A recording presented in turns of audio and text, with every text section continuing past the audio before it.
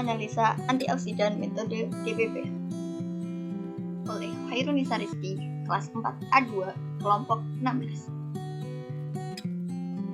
Antioksidan diyakini sebagai penghambat oksidasi dengan cara bereaksi dengan radikal bebas, kemudian membentuk molekul yang stabil.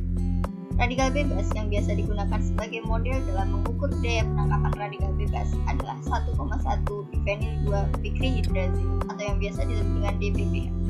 DPPH merupakan senyawa radikal bebas yang stabil, sehingga apabila digunakan sebagai bereaksi dalam penangkapan radikal bebas cukup dilarutkan saja. Tujuan dilakukannya analisa antioksidan dengan metode DPPH ini yaitu 1. Mengetahui aktivitas antioksidan pada setiap sampel simplisia. 2. Mengkategorikan sifat antioksidan sampel berdasarkan nilai IC50. 3. Mengetahui sampel atau antioksidan yang paling efektif dalam mencegah terjadinya proses oksidasi. Prinsip kerja analisa antioksidan dengan metode DPPH yaitu reduksi dari larutan metanol radikal bebas DPPH yang berwarna oleh penghambatan radikal bebas. Larutan DPPH yang semula berwarna ungu, kemudian ditambahkan dengan antioksidan yang di sini sebagai pendonor elektron, maka larutan DPPH akan tereduksi yang membuat warna ungunya memudar dan digantikan oleh warna kuning yang berasal dari bus pikril dari DPPH tersebut. Alat yang digunakan dalam praktikum yaitu neraca digital, spektrofotometer UV vis, pula hisap, vortex, inkubator,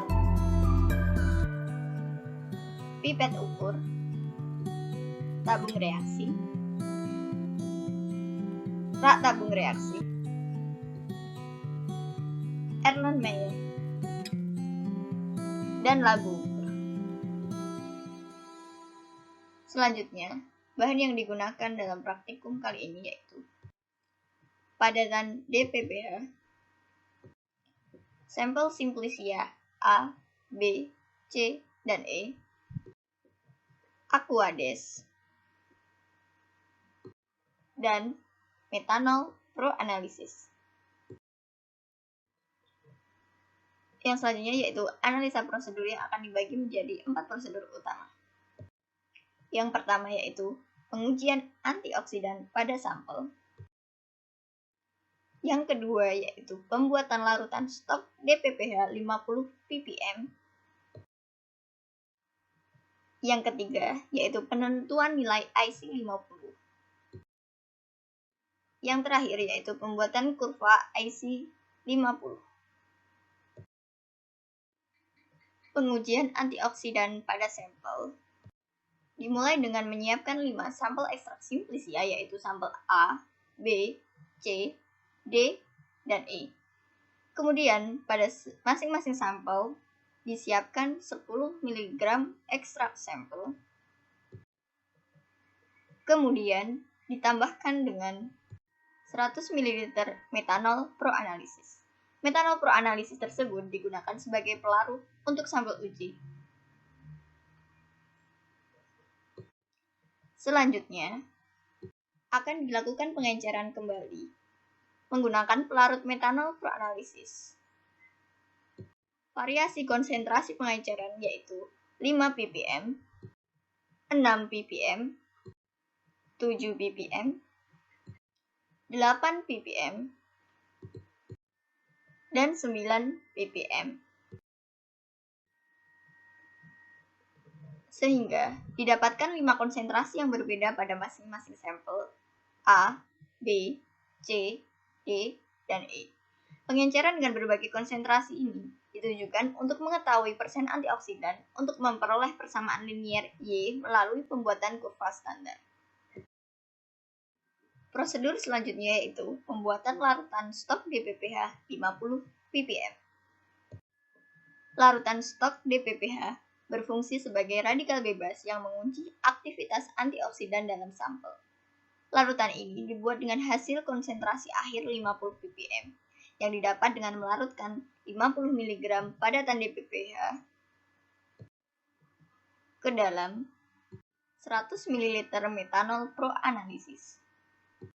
Kemudian, terbentuklah larutan DPPH 50 ppm. Setelah terbentuk larutan DPPH 50 ppm, yang dilakukan selanjutnya yaitu membuat larutan kontrol dengan campuran 2 ml metanol pro-analisis. Ditambah dengan 1 ml DPPH 50 ppm hasil pembuatan larutan stok sebelumnya. Larutan kontrol ini nantinya akan digunakan sebagai dasar atau pembanding dalam perhitungan nilai persen antioksidan. Prosedur selanjutnya yaitu penentuan nilai IC50. 2 ml larutan DPPH ditambahkan 2 ml sampel.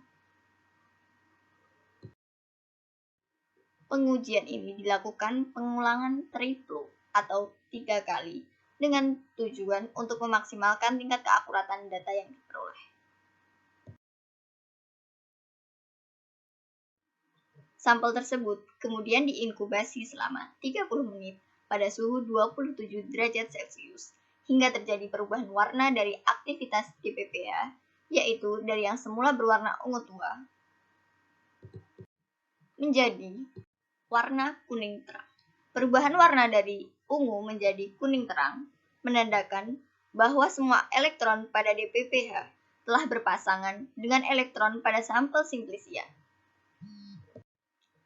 Semua sampel yang telah diinkubasi kemudian diuji nilai absorbansinya menggunakan spektrofotometer UV-Vis. Panjang gelombang yang digunakan yaitu 517 nanometer, dikarenakan panjang gelombang dari antioksidan yang dapat diukur atau DPPH-nya yaitu berkisar antara 515 hingga 520 nanometer.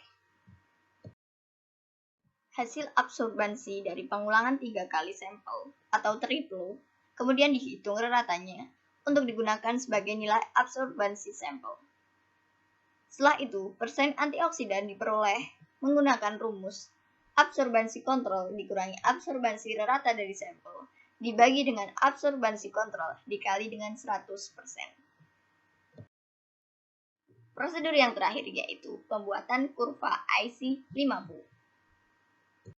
Konsentrasi dari sampel sebagai sumbu X dan variabel persen antioksidan sebagai sumbu Y.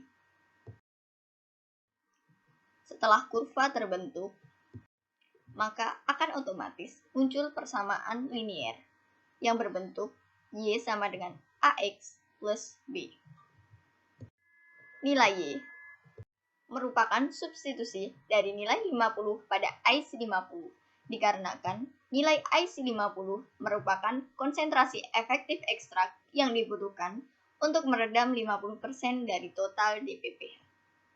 Setelah itu, akan didapatkan nilai X yang menunjukkan nilai dari IC50 atau persen dari antioksidan atau kadar antioksidan di dalam sampel. Berikut adalah data nilai persen antioksidan sampel yang diperoleh saat praktikum. Berikut adalah kurva sampel. Sampel A, sampel B, C, D, dan E. Nilai IC50 sampel yang diperoleh pada praktikum yaitu sebagai berikut. Sampel A dengan nilai IC50 10,47. Sampel B dengan nilai IC50 23,03. Sampel C dengan nilai IC50 14,35. Sampel D dengan nilai IC50 15,59 dan sampel E dengan nilai IC50 13,02. Keseluruhan sampel memiliki sifat antioksidan sangat kuat dikarenakan kelima sampel memiliki nilai IC50 kurang dari 50 ppm.